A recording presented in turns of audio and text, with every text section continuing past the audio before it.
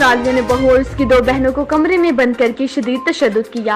हमारे नुमाइंदे मोहम्मद नवीद गराई की तफसीर के मुताबिक आज कामों की अब्दुल्ला रोड पर ससुरालियों का बहू और उसकी 2 बहनों को कमरे में बंद करके शदीद तशद्दुद का निशाना बना डाला। कामों की मुतासरा औरतें अस्पताल पहुंच गईं। मुतासरा औरतों का मीडिया से गुफ्तगू करते हुए क्या कहना था, आइए आपको सुनाते हैं।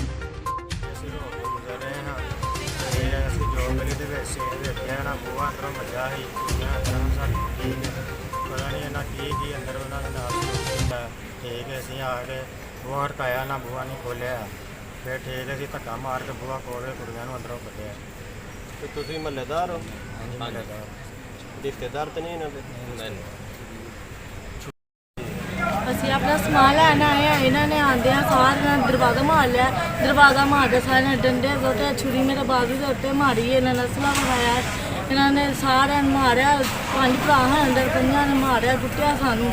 3 ਭੈਣਾਂ ਸਿਰਫ ਕੱਲੀਆਂ ਆਈਆਂ ਹਾਂ। ਉਸ ਤੋਂ ਬਾਅਦ ਇਹਨਾਂ ਨੇ ਸਾਨੂੰ ਤਲਵਾਰਾਂ ਵਹਾਈਆਂ। ਉਸ ਤੋਂ ਬਾਅਦ ਅਹਲੇ ਮਹੱਲਾ ਵਾਲਿਆਂ ਨੇ ਸਾਨੂੰ ਛੁਡਾਇਆ। अच्छा ਤੁਹਾਡੀ ਕਿਹੜੀ ਜਗ੍ਹਾ ਤੇ ਸ਼ਾਦੀ ਹੋਈ? 1 ਸਾਲ ਪਹਿਲੇ ਸ਼ਾਦੀ ਹੋਈ ਹੈ ਅਬਦੁੱਲਾ ਰੋਡ ਤੇ।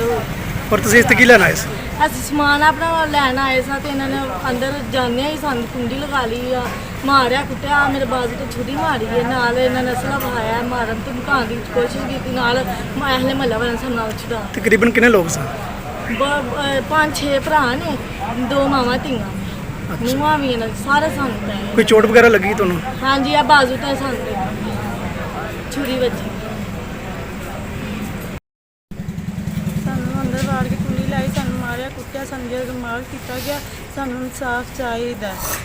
ਅਸੀਂ ਸਮਾਨ ਲੈਣ ਗਏ ਨਾ ਸਾਰੇ ਭੈਣ ਭਰਾਵਾਂ ਨੇ ਸਾਰਿਆਂ ਨੂੰ ਮਿਲ ਕੇ ਨੂੰਹਾਂ ਵੀ ਵਿੱਚੇ ਕੁੰਡੀ ਲਾ ਕੇ ਮਾਰਾ ਚਾਲੇ ਨੂੰਹਾਂ ਵੀ ਕਰਵਾਉਂਦੇ ਤੇ ਸਾਡੇ ਨਾਲ ਅਹਲੇ ਮਹੱਲਾ ਨੇ ਫਿਰ ਸਾਨੂੰ ਕੱਢਿਆ। 3 ਭੈਣਾਂ ਇਹਨਾਂ ਦੇ ਸਾਰੇ ਮੁੰਡੇ ਮਾਵਾਂ ਧੀਆਂ ਨੂੰਹਾਂ ਵੀ ਸਾਨੂੰ ਵਿੱਚ